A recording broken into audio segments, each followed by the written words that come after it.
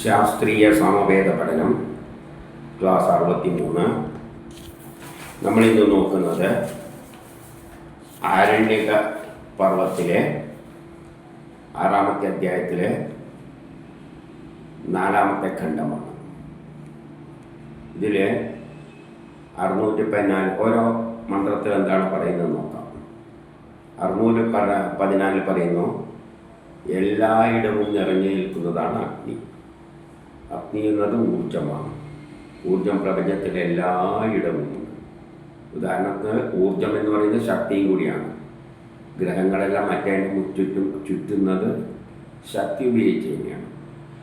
പിന്നെ ഈ പ്രപഞ്ചത്തിലെ എല്ലാ വസ്തുവും ദ്രവ്യവും ഉണ്ടായത് ഊർജത്തിൽ നിന്നാണ്. അതുകൊണ്ട് ഈ കാണുന്ന ദ്രവ്യമെല്ലാം അഗ്നിയിൽ നിന്നാണ് ഉണ്ടായിരിക്കുന്നത്. പിന്നെയോ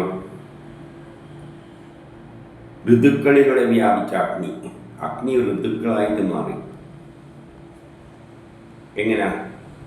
സൂര്യന് ചുറ്റും ഭൂമി ഒരു എലിപ്റ്റിക്കൽ ഓർബിറ്റിൽ ചുറ്റുന്നതുകൊണ്ട് ചിലപ്പോൾ സൂര്യനോടടുക്കും ഭൂമി, ചിലപ്പോൾ അരക്കലും. അതുകൊണ്ടാണ് കാലാവസ്ഥ പലതായി 6 തിരിച്ചത്. അതാണ് ഋതുക്കൾ. അങ്ങനെയാണ് ഋതുക്കൾ ഉണ്ടായത്. അപ്പം അതിനനുസരിച്ച് പ്രകൃതിയിലുള്ള ചലനങ്ങളും എല്ലാം വ്യത്യസ്തമാവുകയാണ്. ഉഷ്ണകാലത്ത് നല്ല അഗ്നി, മഴക്കാലത്ത് മഴയായിട്ട് അഗ്നി പെയ്യിപ്പിക്കുന്നു. തണുപ്പ് കാലത്താണ് ഉഷ്ണത്തിൻ്റെ അളവ് കുറയുന്നു. അങ്ങനെ അഗ്നി വ്യത്യസ്ത രൂപത്തിൽ ഋതുക്കളിലൂടെ പ്രകടമായതുകൊണ്ടാണ് ഇവിടെ ജീവജാലങ്ങൾ ഉണ്ടാകുന്നത്. പിന്നെ അതിൻ്റെ മുഖത്ത് നിന്ന് പ്രകാശം ചൊരിയുന്നു. അഗ്നിയിൽ നിന്ന് തന്നെയാണ് പ്രകാശം ഉത്ഭവിക്കുന്നത്. അങ്ങ് ഹവിസിനെ രക്ഷിക്കുന്നു. നമ്മൾ കൊടുക്കുന്ന വസ്തുക്കളെയെല്ലാം രക്ഷിച്ച് പുതിയ വസ്തു ആക്കി തരുന്നത് അഗ്നിയാണ്. നമ്മൾ കൊടുക്കുന്ന ഹവിസ് ഏതെല്ലാം? അരിയും വെള്ളവും കൊടുത്തു കഴിഞ്ഞാൽ ചോറായി മാറും. അതിനെ ചോറാക്കി തരുന്നത് അഗ്നിയാണ്. അത് അങ്ങയുടെ ശക്തിയാലാണ്. ഹവിസിനെയെല്ലാം രക്ഷിച്ച് പുതിയ വസ്തുവാക്കി തന്ന് നമുക്ക് ധനം നേടിത്തരുന്നത് അങ്ങയിലൂടെയാണ്. നമ്മൾ അരി ഉണ്ടാക്കി വിറ്റിട്ട് പണം ഉണ്ടാക്കും, കച്ചവടം ചെയ്തിട്ട്. അപ്പോൾ ഇങ്ങനെ എല്ലാ വസ്തുക്കളും ഒന്നിനെ മറ്റൊന്നാക്കി തീർത്ത് ധനം സമ്പാദിക്കുന്നുണ്ട്. അതിനാണ് പ്രൊഡക്ഷൻ ആക്ടിവിറ്റി എന്നെല്ലാം പറയുന്നത്. ഇത് ഊർജത്തിൻ്റെ സഹായത്താലാണ്, അഗ്നിയുടെ സഹായത്താലാണ്. ഇനി 615 പറയുകയാണ്, വസന്തം, ഗ്രീഷ്മം, വർഷം, ശരത്ത്, ഹേമന്തം, ശിശിരം എന്നീ 6 മഹനീയമായ ഋതുക്കളായിട്ട് അത് തീർത്തിട്ടുണ്ട്. ഇങ്ങനെ വസന്തം, ഗ്രീഷ്മം ഇങ്ങനെ സീസണായിട്ട് മാറിയ ഓരോ സീസണിനും അതിൻ്റേതായ മഹത്വമുണ്ട്. ചില സീസണിലാണ് നമുക്കറിയാം നെല്ലെല്ലാം നടാൻ പറ്റിയ നല്ല സീസണാണ്. ചില സീസൺ കൊയ്യാൻ പറ്റിയതാണ്. ചില സീസണിൽ നല്ല ചൂട് കിട്ടും. ചില സീസണിൽ നല്ല മഴ കിട്ടും. ചില സീസണിൽ കൊന്ന കൊടുക്കും. ചില സീസണുകൾ പൂവെല്ലാം വിരിഞ്ഞിങ്ങനെ നിൽക്കും. ഇങ്ങനെ പ്രകടമായി മാറിയത് എന്തുകൊണ്ടാണ്?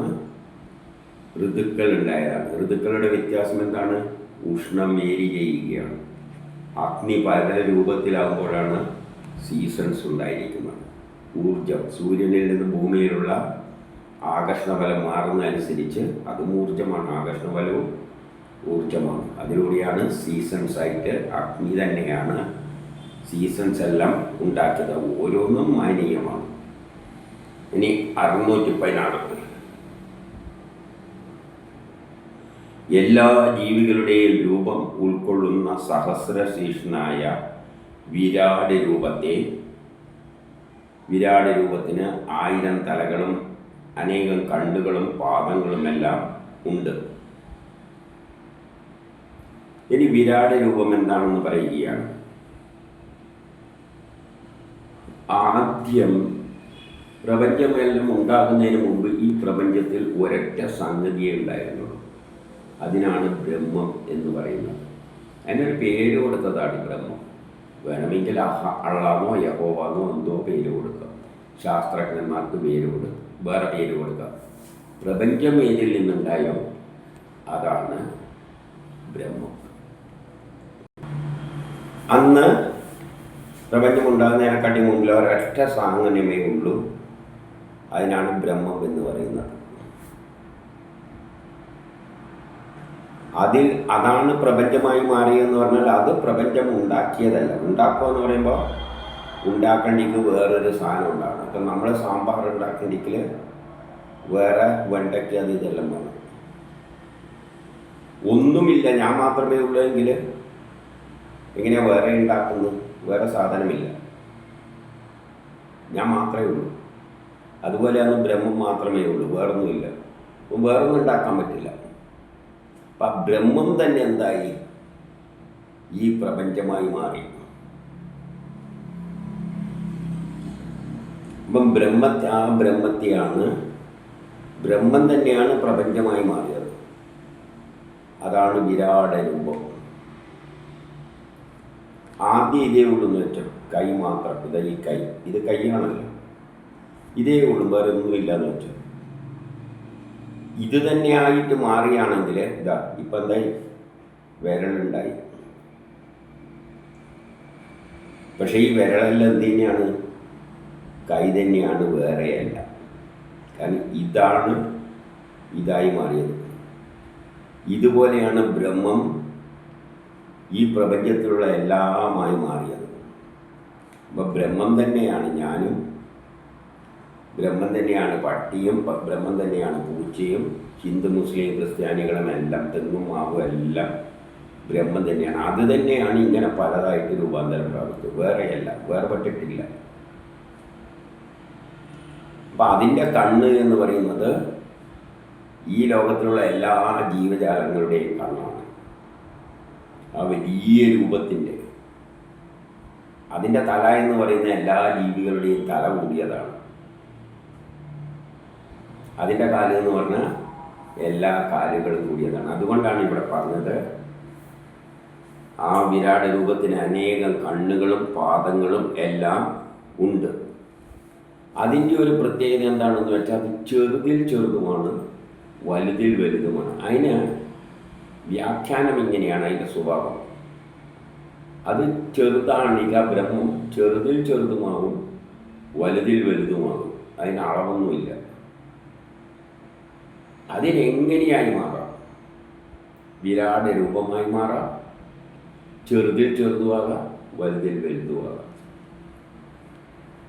അതെല്ലാ ജീവജാലങ്ങളുടെയും ഉള്ളിലുണ്ട്.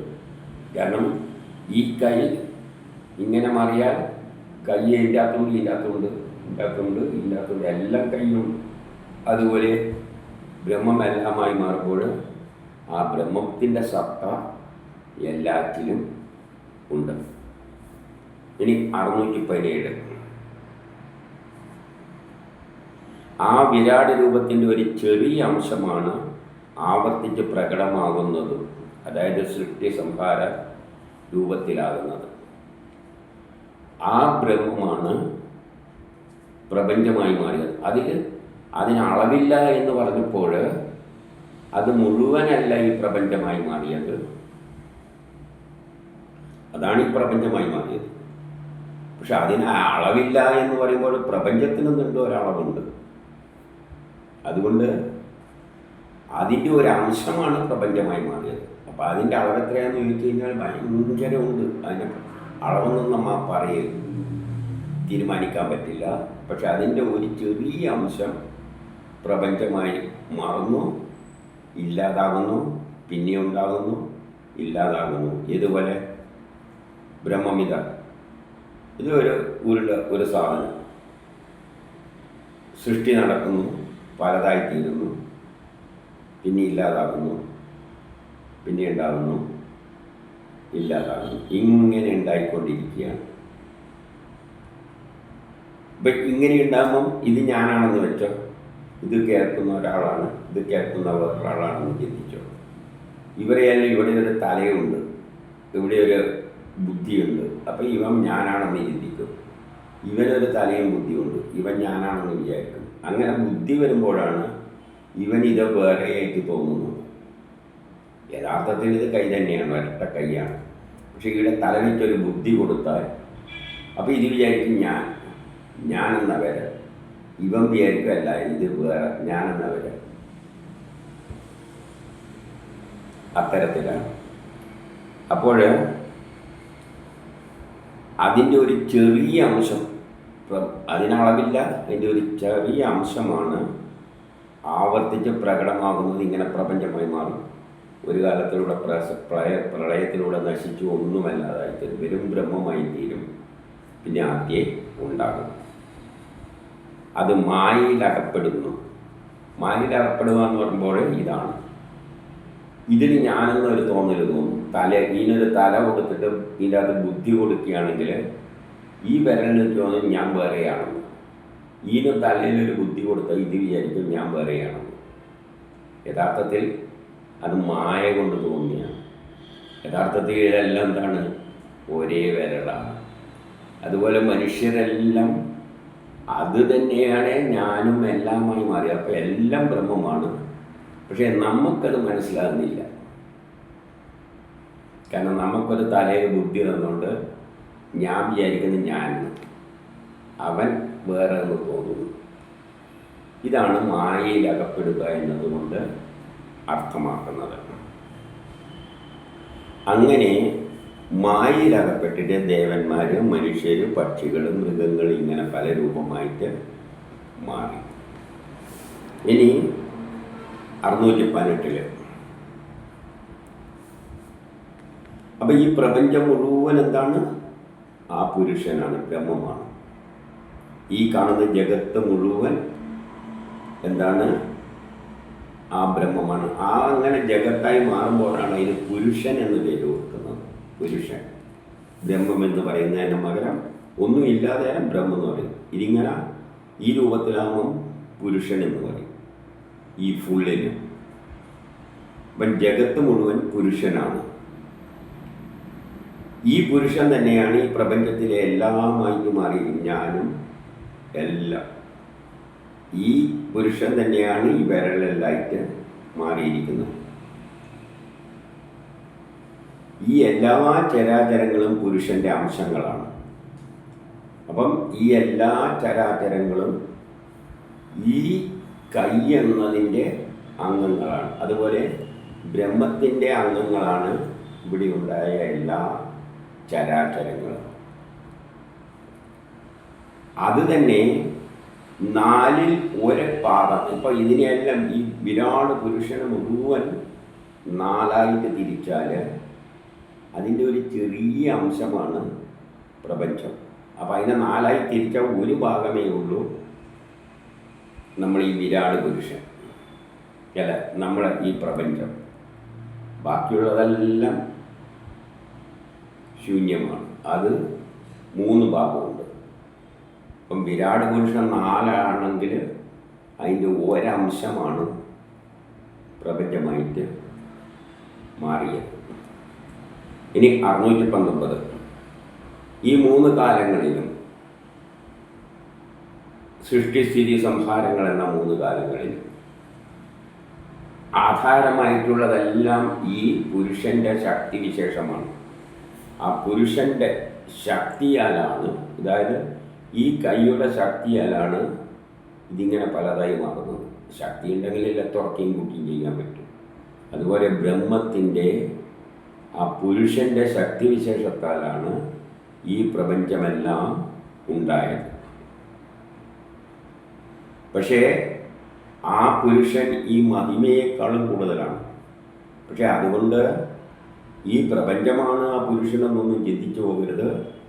അതിൻ്റെ അളവിന് കണക്കില്ല. അങ്ങനെ അളവിന് കണക്കില്ലാതെയുള്ള ഒരംശമാണ് പ്രപഞ്ചമായി മാറിയത് കൊണ്ട് ഈ വിരാട് രൂപത്തിന് അതാണ് എന്ന് ചിന്തിച്ചു പോകരുത്. അതിന് കണക്കില്ല. അത് ഈ നമ്മൾ ഈ ചിന്തിക്കുന്ന പ്രപഞ്ചത്തെക്കാട്ടിയും എത്രയോ മടങ്ങ് ശക്തിയുള്ളതാണ് ആ വിരാട് പുരുഷൻ. ആ ശക്തി വിശേഷമാണ് ഈ പ്രപഞ്ചത്തിൽ മുഴുവൻ നിറഞ്ഞു നിൽക്കുന്നത്. ഇനി 620 ആ പുരുഷനിൽ നിന്നാണ് ഈ പ്രപഞ്ചമുണ്ടായതെന്ന് പറയുന്നത്. അതിനാണ് ബ്രഹ്മാണ്ഡം എന്ന് പറയുന്നത്. ഈ ലോകം മുഴുവൻ ആ പുരുഷനിൽ നിന്നാണ് ഈ പ്രപഞ്ചം, ബ്രഹ്മാണ്ടം എന്ന ശരീരം ഉണ്ടായത്. വേദങ്ങളിലാണ് പറയുന്ന ആ പുരുഷനെയാണ് പരമാത്മാവ് എന്ന് പറയുന്നത്. വേദങ്ങളിൽ ആ പുരുഷനെ പരമാത്മാവ് എന്ന് പറയും. പുരുഷൻ എന്ന് പറയുന്നത് ആദ്യം പറയുന്നില്ല, പ്രകൃതിയും പുരുഷനെന്ന് പറയുമെങ്കിലും പ്രപഞ്ചം ബ്രഹ്മാണ്ടം എന്ന് പറയുന്നത് അത് ആ പുരുഷൻ തന്നെയാണ്. ആ വിരാടിൽ നിന്നും ഭിന്നമായിട്ടാണ് ഈ പ്രകൃതിയെല്ലാം നിൽക്കുന്നത്. ദേവകളും മനുഷ്യരും പക്ഷിമൃഗാദികളും അതിൻ്റെ ഒരു രൂപം തന്നെയാണ്. ആദ്യം ഭൂമിയെല്ലാം നിർമ്മിച്ചു. ആ ശക്തിയിൽ നിന്ന് പ്രപഞ്ചമുണ്ടായിട്ട് അതിൽ ജീവശരീരങ്ങൾ നിർമ്മിക്കപ്പെട്ടു. ആദ്യം ഈ പ്രപഞ്ചം ബ്രഹ്മാണ്ടമാണ് ഉണ്ടാക്കിയത്. 14 ലോകങ്ങൾ. എന്നിട്ട് അതിൻ്റെ അകത്ത് ജീവജാലങ്ങളെ സൃഷ്ടിച്ചു. ഇനി 621. ഇതിലെ ദേവതകൾ, ഇവിടെ ദേവതകൾ പുരുഷൻ പ്രകൃതിയായിട്ടെടുക്കാം. ഇതെല്ലാം ഇരുവരും കൂടിയാണ് ഇതിനെ സംരക്ഷിക്കുന്നത്. ഇതിൽ അനേക ദേവതകളുണ്ട്. അഗ്നിദേവതയാണ്, ജലം ദേവതയാണ്. ഇങ്ങനെ പ്രപഞ്ചമായി മാറിയപ്പോൾ ജലമുണ്ടായിട്ടുണ്ട്, അഗ്നി ഉണ്ടായിട്ടുണ്ട്. അഗ്നിദേവതയാണ്. നമ്മളെ രക്ഷിക്കാൻ അഗ്നി വേണ്ട, ശരീരത്തിന് ചൂടുണ്ട്. ജലം ദേവതയാണ്. നമ്മുടെ ശരീരത്തിൽ തന്നെ 3/4 ജലമാണ്, ജലം കുടിക്കുകയുമാണ്. അപ്പം ഇങ്ങനെ കുറേ ദേവതകൾ ഉണ്ട്. എന്നിട്ട് അവയോട് പറയുകയാണ്, 4 ഭാഗത്തും ധനാദികളെ വളർത്തിയാൽ, എന്നിട്ട് നമുക്കിവിടെ നമ്മളെല്ലാമായിട്ട് മാറിയിട്ട് നമുക്ക് വേണ്ട ധനാദികൾ, സൗഭാഗ്യം എല്ലാം തരാൻ വേണ്ടിയിട്ട് പണം, ധനം, അതിന് വേണ്ടതെല്ലാം നമുക്ക് നൽകാൻ വേണ്ടി പറയുകയാണ്. ഈ ദേവതകളെല്ലാം കല്ലും മണ്ണും എല്ലാം ദേവതകളാണ്. അരിയും അത് തന്നെയാണ് ഈ പ്രപഞ്ചത്തിലെ 33 കോടി വസ്തുക്കളായി തീർന്നത്. അതിനെയാണ് ദേവതകൾ എന്ന് പറയുന്നത്. ആ ദേവതകളിലൂടെയാണ് നമ്മളെ സംരക്ഷിക്കുന്നത്, നമുക്ക് ധനങ്ങളെല്ലാം നേടിത്തരുന്നത്. ഉദാഹരണമായിട്ട് അരിയും വെള്ളവും അഗ്നിയെല്ലാം ദേവതയാണ്. ഇതുപയോഗിച്ചിട്ട് നമ്മൾ എന്ത് ചെയ്യും? വില കുറഞ്ഞ അരിയെ വില കൂടിയ ചോറാക്കി വിറ്റിട്ട് സമ്പാദ്യമുണ്ടാക്കും. അതുകൊണ്ട് വേറെ കർമ്മങ്ങൾ ചെയ്യും. അങ്ങനെ ലോകം പുരോഗമിക്കും. അങ്ങനെയാണ് നമ്മളെ പാപങ്ങൾ നീങ്ങുന്നത്. പാപം എങ്ങനെയാണ് നീങ്ങുക? പാപം എന്ന് പറയുന്നത് ഏതിനാണ്? നമ്മൾ കഷ്ടപ്പെടുന്നതിനാണ് പാപം എന്ന് പറയുന്നത്. വിശക്കുമ്പോൾ നമ്മൾ പാപിയാണ്. വിശപ്പ് മാറുമ്പോൾ പാപം പോയി. ദാഹിക്കുമ്പം പാപിയാണ്. ദാഹം തീരുമ്പോൾ പാപം പോയി. ഇങ്ങനെയാണ്. അപ്പോൾ ഇതിനെല്ലാം സഹായിക്കുന്ന കാര്യം എന്തെല്ലാണ്? മാങ്ങ ദേവതയാണ്, വിശപ്പ് തീർത്ത് തരും. ജലം ദേവതയാണ്, ദാഹം തീർത്ത് തരും.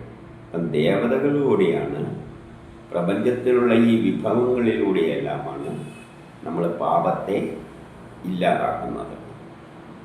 ഇനി 622 മന്ത്രം. ഇന്ദ്രനോട് പറയുകയാണ്, അങ്ങയുടെ താടിരോമം, മീശകളെല്ലാം പച്ച നിറമാണ്. ഇന്ദ്രനാണ് ഈ ലോകത്തിലെ എല്ലാ സൃഷ്ടിക്ക് പിന്നിലും പ്രവർത്തിക്കുന്ന ശക്തിവിശേഷം. എന്തെങ്കിലും ഒന്ന് സൃഷ്ടിക്കുമ്പോൾ അതിനെ ഏകോപിപ്പിക്കുന്ന ശക്തിവിശേഷമാണ് ഇന്ദ്രൻ. നമ്മളൊരു സാമ്പാർ ഉണ്ടാക്കുമ്പോൾ നമ്മളാണ് അതിനെ ഏകോപിപ്പിക്കുന്നത്, എല്ലാം മുറിച്ചിട്ടിട്ട് കൊടുക്കുന്നത്. അതേമാതിരി പാത്രത്തിൽ ഒരു രാസപ്രവർത്തനം നടക്കുന്നുണ്ട്, സാമ്പാറാകുന്നുണ്ട്. അപ്പോൾ അവിടെ അതിൻ്റെ അകത്തൊരു ശക്തിവിശേഷം അതിനെ സാമ്പാറാക്കി മാറ്റുന്നുണ്ട്. ആ ശക്തിക്കാണ് ഇന്ദ്രൻ എന്ന് പറയുന്നത്. അപ്പോൾ ഈ ലോകത്തിൽ എന്തെല്ലാം കർമ്മങ്ങൾ നടക്കുന്നുണ്ടോ അതിനെയെല്ലാം ഏകോപിപ്പിക്കുന്ന ശക്തിയാണ് ഇന്ദ്രൻ. ഇന്ദ്രൻ്റെ താടിനവും പച്ച നിറത്തിലാണെന്ന് പറയുകയാണ്. അതിൻ്റെ കുതിരകൾക്കും പച്ച നിറമാണ്. കുതിര എന്ന് പറയുന്നത് ശക്തി. എന്തുകൊണ്ടാണ് പച്ച കൊടുത്തിരിക്കുന്നത്? പ്രപഞ്ചത്തിലെ ജീവജാലങ്ങൾക്കെല്ലാം നിലനിൽക്കണ്ടെങ്കിൽ പ്രധാനപ്പെട്ട ഒരു ഘടകം ചെടികളാണ്. ചെടികൾ വളരുന്നത് ചെടികളിലെ ഇലയിലുള്ള പച്ച ക്ലോറോഫിലാണ്. മൃഗങ്ങളുണ്ടാകണമെങ്കിലും ചെടി വേണം. മനുഷ്യരുണ്ടെങ്കിലും ജീവിക്കണ്ടെങ്കിലും ചെടി വേണം. കാരണം ചെടി തിന്നിട്ടാണ് ചിലപ്പോൾ മത്സ്യവും മറ്റുള്ള മൃഗങ്ങളെല്ലാം ജീവിക്കുന്നത്. ചെടീനെ നമുക്ക് വേണം തിന്നാൻ. അപ്പം ചെടിയാണ് അടിസ്ഥാന വസ്തു. ചെടി വളരുന്നതിന് പിന്നിലുള്ള എന്താണ്? അതിൻ്റെ ഇലയിലുള്ള പച്ചരസമാണ് ഭക്ഷണം ഉണ്ടാക്കിയിട്ട് ചെടിയെ വളർത്തുന്നത്. അപ്പം ഏറ്റവും വലിയ യജ്ഞങ്ങൾ നടക്കുന്നത് ചെടികളിലെ ഇലകളിലാണ്. അത് പച്ച നിറത്തിലുള്ള ക്ലോറോഫിലാണ് ഭക്ഷണം പാകം ചെയ്യുന്നതെന്ന് സയൻസിൽ പറഞ്ഞതുകൊണ്ട് ഇവിടെ അത് തന്നെയാണ് പറയുന്നത്. ഇന്ദ്രൻ്റെ കുതിരകൾക്ക് പച്ച നിറമാണ്. അപ്പോൾ ഈ ക്ലോറോഫിലാണ് അവിടെ ഇന്ദ്രൻ്റെ കുതിരകൾ. അതാണ് ഭക്ഷണമാക്കി മാറ്റുന്നത്. അത് വിവേകമുള്ളവർ അതിനെ മനസ്സിലാക്കിയിട്ട് സ്തുതിക്കുന്നു. ഈ പറഞ്ഞതിൻ്റെ അർത്ഥം ഇലകൾ ഭക്ഷണം പാകം ചെയ്യുന്നത് അവിടെ ഇന്ദ്രനാണ് ആക്ട് ചെയ്യുന്നത്. അവിടെ ഉപയോഗിക്കുന്ന ശക്തി എന്താണ്? ക്ലോറോഫിലാണ്, പച്ച നിറത്തിലുള്ളത്. അപ്പം പ്രപഞ്ചത്തിൻ്റെ നിലനിൽപ്പിന് ആധാരം ഈ രാസപ്രവർത്തനമാണ്. അതാണ് ഇന്ദ്രൻ്റെ പച്ചക്കുതിരകൾ. ഇനി 623 ഈ തേജസ് എന്നാണ് ഊർജം, പ്രപഞ്ചത്തിലെ ശക്തി വിശേഷത്തോട് പറയുകയാണ്. നമ്മൾ പ്രപഞ്ചത്തിൻ്റെ രഹസ്യങ്ങളെല്ലാം അറിയാൻ ശ്രമിക്കുകയാണ്. പ്രപഞ്ച രഹസ്യങ്ങൾ, പ്രപഞ്ചത്തിൻ്റെ തേജസ് നമ്മൾ അറിയുവാൻ ശ്രമിക്കുകയാണ്. അതിന് നിങ്ങൾ അനുഗ്രഹിക്കണം. നമ്മൾ ഈ പ്രപഞ്ചത്തിലുള്ള നിയമങ്ങൾ പഠിച്ചിട്ടാണ് അവ പ്രയോഗിക്കുന്നത്. പ്രപഞ്ചത്തിൽ നിന്നാണ് നമ്മൾ ശാസ്ത്രം പഠിക്കുന്നത്, സയൻസ് പഠിക്കുന്നത്, എന്നിട്ടാണ് ഉപയോഗിക്കുന്നത്. അല്ലാതെ നമ്മൾ സ്വന്തം ഉണ്ടാക്കുന്ന നിയമങ്ങളല്ല, പ്രപഞ്ച നിയമങ്ങൾ മനസ്സിലാക്കിയിട്ട് നമ്മളത് പ്രയോഗിക്കുന്നു. അതുകൊണ്ട് പറയുന്നു, ഈ പ്രപഞ്ചത്തിൻ്റെ പിന്നിലുള്ള ശാസ്ത്രതത്വങ്ങളെല്ലാം മനസ്സിലാക്കാനുള്ള ബുദ്ധി നമുക്ക് തരിക, നമ്മളെ അതിനെ അനുഗ്രഹിക്കുക. അതിന് നമ്മൾ സ്തുതികൾ അർപ്പിക്കുന്നു. സ്തുതികൾ അർപ്പിക്കുന്നു എന്ന് പറഞ്ഞാൽ നമ്മൾ സ്തുതി എന്ന് പറഞ്ഞാൽ വേദമന്ത്രങ്ങൾ, ശാസ്ത്രങ്ങൾ. ആ ശാസ്ത്രങ്ങൾ നമ്മൾ നേടട്ടെ. ഇനി 624 ഇന്ദ്രനോട് പറയുകയാണ്, ശത്രുക്കളെ നശിപ്പിക്കാനുള്ള ശക്തിയെല്ലാം വന്ന് നമുക്ക് തരുക. കാരണം ഇന്ദ്രനാണ് നമുക്ക് വേണ്ടിയിട്ട് എല്ലാം ചെയ്തു തരുന്നത്. സാമ്പാർ ഉണ്ടാക്കുന്നത് നമ്മളല്ല, നമ്മൾ സാധനം മുറിച്ചങ്ങ് കൊടുക്കുന്നതേ ഉള്ളൂ, പാത്രത്തിലിട്ടിട്ട് അഗ്നി കൊടുക്കുന്നു. പക്ഷെ അതിൻ്റെ അകത്ത് അതിനെ മാറ്റിയെടുക്കുന്ന ശക്തി ഇന്ദ്രനാണ്. അപ്പോൾ ഇന്ദ്രനാണ് നമ്മുടെ ശക്തി. നമുക്ക് വേണ്ട എല്ലാ ശക്തിയും നൽകുന്നത് നമ്മുടെ ബലവും ഇന്ദ്രനാണ്. നമ്മുടെ ശത്രുക്കളെ ഇല്ലാതാക്കുന്നതും ഇന്ദ്രനാണ്. നമ്മുടെ ശത്രുക്കളെ എങ്ങനെ ഇല്ലാതാക്കാൻ? ഒരു ബോംബിട്ട് കൊടുത്താൽ മതി. ബോംബിൽ എന്താണ് ഉള്ളത്? അഗ്നിയാണുള്ളത്. അവിടെ ഒരു രാസപ്രവർത്തനം നടക്കും. രാസപ്രവർത്തനം നിയന്ത്രിക്കുന്ന ആരാണ്? ഇന്ദ്രനാണ്. ഒരു ഇരുമ്പിനെ ചൂടാക്കിയിട്ട് അടിച്ചാൽ പരന്ന് കിട്ടും. അവിടെ ശത്രുവാരാണ്? ആ ഇരുമ്പ് എതിർക്കും, പരത്താൻ സഹായിക്കില്ല. അപ്പം നമ്മൾ ചൂടാക്കിയിട്ട് ശക്തിയിൽ അടിക്കുമ്പോൾ ആ ഇരുമ്പിൻ്റെ അകത്തൊരു രാസപ്രവർത്തനം നടക്കും. അതാണ് സ്ട്രക്ചറൽ ചേഞ്ച് നടക്കും. അത് വരുത്തുന്ന ശക്തിയാണ് ഇന്ദ്രൻ. അപ്പം ആ ഇരുമ്പിൻ്റെ പ്രതിരോധം തീരും, അത് പരന്ന് കിട്ടും. അപ്പം ഇന്ദ്രനാണ് എല്ലാ ബലത്തിൻ്റെയും നാഥൻ. അത് നമ്മളെ ശത്രുക്കളിൽ നിന്നും രക്ഷിക്കുന്നു, ഞങ്ങൾക്ക് വേണ്ട ശക്തിയെല്ലാം തരുന്നു.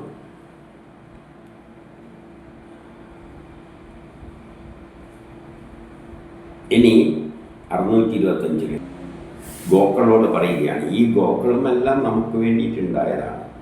ഗോക്കളോട് പറയുകയാണ്, നിങ്ങൾ വിവിധ രൂപങ്ങളിൽ കാളകളോടും കിടാങ്ങളോടും എല്ലാം ചേർന്നുകൊണ്ട് പ്രഭാതത്തിലും വൈകുന്നേരം എന്ത് ചെയ്യാണ്? അകിട് നിറച്ചിട്ട് വരികയാണ്. നമുക്ക് പാല് കറക്കാൻ വേണ്ടിയിട്ട് പ്രഭാതത്തിലും കറക്കും, വൈകുന്നേരവും കറക്കാം. അപ്പോഴേക്ക് ഇത് പശുക്കൾ അധ്വാനിച്ചിട്ട് അതിൻ്റെ അകിടിൽ പാല് നിറക്കും. അങ്ങനെ നമുക്ക് സമൃദ്ധി ഉണ്ടാക്കും. പ്രകൃതിയിൽ നിന്ന് തന്നെയാണ് നമുക്ക് ഭക്ഷണത്തിന് വേണ്ട സാധനങ്ങളെല്ലാം കിട്ടുന്നത്. അപ്പം നിങ്ങൾ ലോകത്തിൻ്റെ സന്താനങ്ങളാണ്. നിങ്ങൾ അതായത് കാളയും കിടാങ്ങളുമെല്ലാം ഒത്തിട്ട് പ്രഭാതത്തിലും വൈകുന്നേരവും നിൻ്റെ അകിട് നിറച്ചു തരുന്നു. നമ്മളത് കറന്ന് എടുക്കുന്നു. അതിനുവേണ്ടി നിനക്ക് ധാരാളം ജലം ലഭിക്കട്ടെ. പശുക്കൾക്ക് വെള്ളം കുടിക്കണമല്ലോ. നിങ്ങൾക്ക് ഇഷ്ടം പോലെ വെള്ളം കുടിക്കാനുള്ള അവസരങ്ങളെല്ലാം ഉണ്ടാകട്ടെ. നിങ്ങൾ നമ്മളെ അഭിവൃദ്ധിപ്പെടുത്തുക.